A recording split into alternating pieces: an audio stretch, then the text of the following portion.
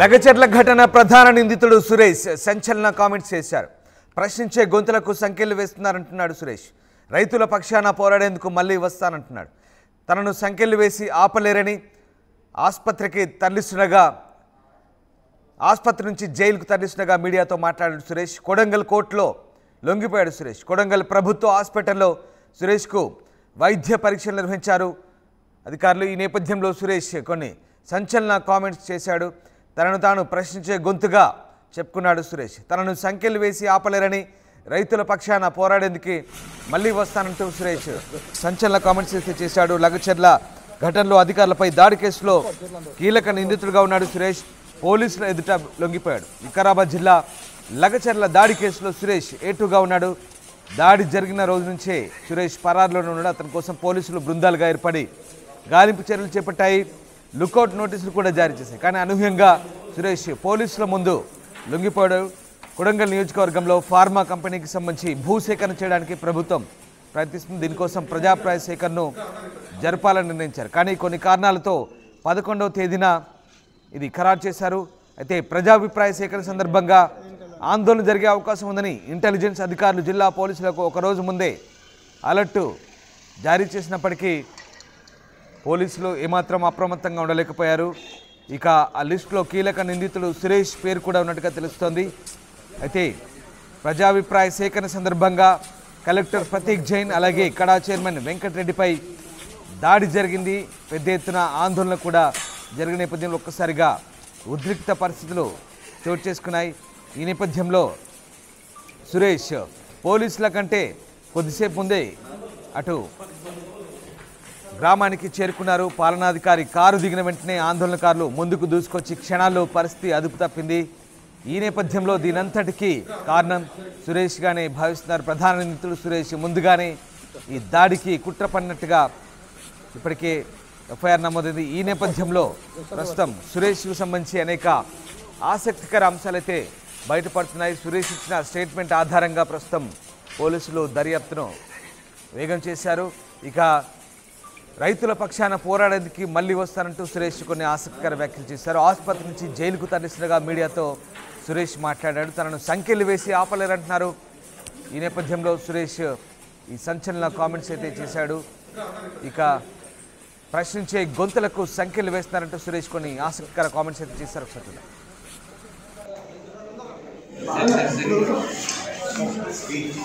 ప్రశ్నించే గొంతులకు సంఖ్యలు వేస్తే ఖచ్చితంగా రైతుల పక్షంగా మళ్ళీ వచ్చి ప్రశ్నిస్తా రాకెట్ వేగంతో తిరిగి వస్తా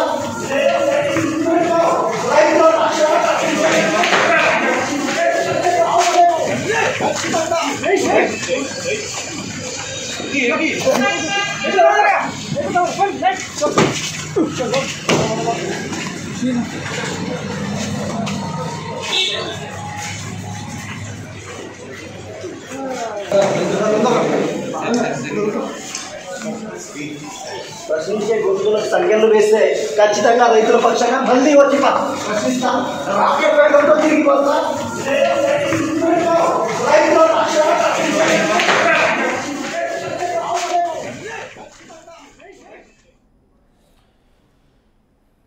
రైట్. లగచర్ల ప్రధాన నిందితుడు సురేష్ చేసిన సంచలన కామెంట్స్ అయితే వింటున్నాం. ప్రశ్నించే గొంతులకు సంఖ్యలు వేస్తున్నారని రైతుల పక్షాన పోరాడేందుకు మళ్ళీ వస్తారంటూ సురేష్ కామెంట్ చేస్తున్నారు. తనను సంఖ్యలు వేసి ఆపలేరంటూ సురేష్ పోలీసులు తీసుకెళ్తుండగా చేసిన కామెంట్స్ విన్నాం. ఎస్, మా కరెస్పాండెంట్ మణికంఠ జైనవుతున్నారు. మణికంఠ, కొడంగల్ కోర్టులో లొంగిపోయిన సురేష్ కొన్ని సంచలన కామెంట్స్ అయితే చేశారు. కొడంగల్ ప్రభుత్వ హాస్పిటల్లో సురేష్కు వైద్య పరీక్షలకు తీసుకెళ్లేటప్పుడు చేసిన ఆ కామెంట్స్ కూడా విన్నాం. ఇంకా సురేష్ ఎలాంటి సంచలన వ్యాఖ్యలు చేశారు, ప్రస్తుతం పోలీసులు ఏం చెప్తున్నారు?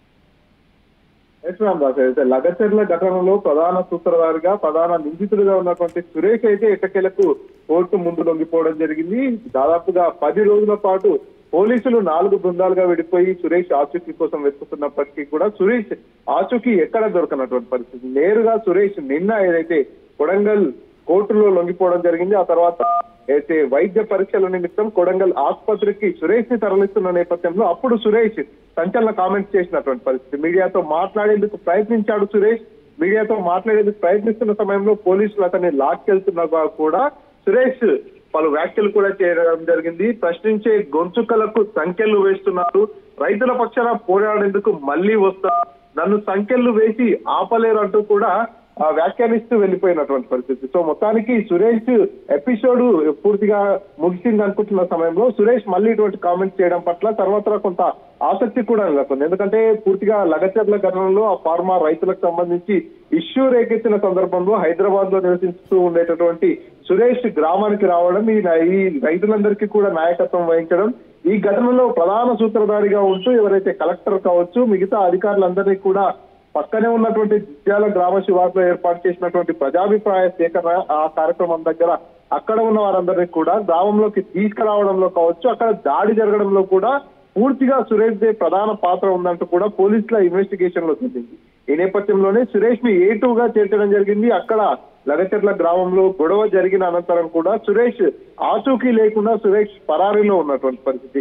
మిగతా నిందితులందరినీ కూడా కోర్టు ముందు హాజరుపరచడం, వారందరినీ కూడా జైలుకు తరలిస్తున్నప్పటికీ కూడా సురేష్ ని పట్టుకోవడం పోలీసులకు పెద్ద సవాల్గా మారిన నేపథ్యంలో నిన్న సురేష్ కొడంగల్ కోర్టు ముందు లొంగిపోవడం జరిగింది. కోర్టు ముందు లొంగిపోయిన అనంతరం సురేష్ ను వైద్య పరీక్షల నిమిత్తం కొడంగల్ ప్రభుత్వ ఆసుపత్రికి తరలించడం జరిగింది. అప్పుడు ఆ సందర్భంలో సురేష్ ఈ వ్యాఖ్యలు చేయడం జరిగింది. ప్రశ్నించే గొంతుకలకు సంఖ్యలు వేస్తున్నారు, సంఖ్యలు వేసి ఆపలేరు, నేను మళ్ళీ వస్తా, మళ్ళీ వచ్చి కూడా రైతుల పక్షాన పోరాడతానేటటువంటి కామెంట్స్ అయితే చేయడం జరిగింది. Ramdas. Right, yes, thank you Manikanta, thanks for the update. So ప్రధాన నిందితుడు లగచర్ల ఘటనలో ప్రధాన నిందితుడు సురేష్ సంచలన కామెంట్స్ అయితే చేశాడు. తనను సంఖ్యలు వేసి ఆపలేడని, తాను మళ్ళీ రైతుల కోసం పోరాటం చేయడానికి తిరిగి వస్తానంటున్నాడు, ప్రశ్నించే గొంతులకు సంఖ్యలు వేస్తున్నారంటూ సురేష్ ఆరోపించారు.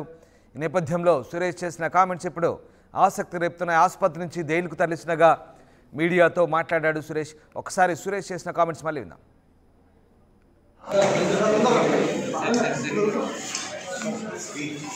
ప్రశ్నించే గొంతులకు సంఖ్యలు వేస్తే ఖచ్చితంగా రైతుల పక్షాన మళ్ళీ వచ్చి ప్రశ్నిస్తాను, రాకెట్ వేగంతో తిరిగి వస్తా.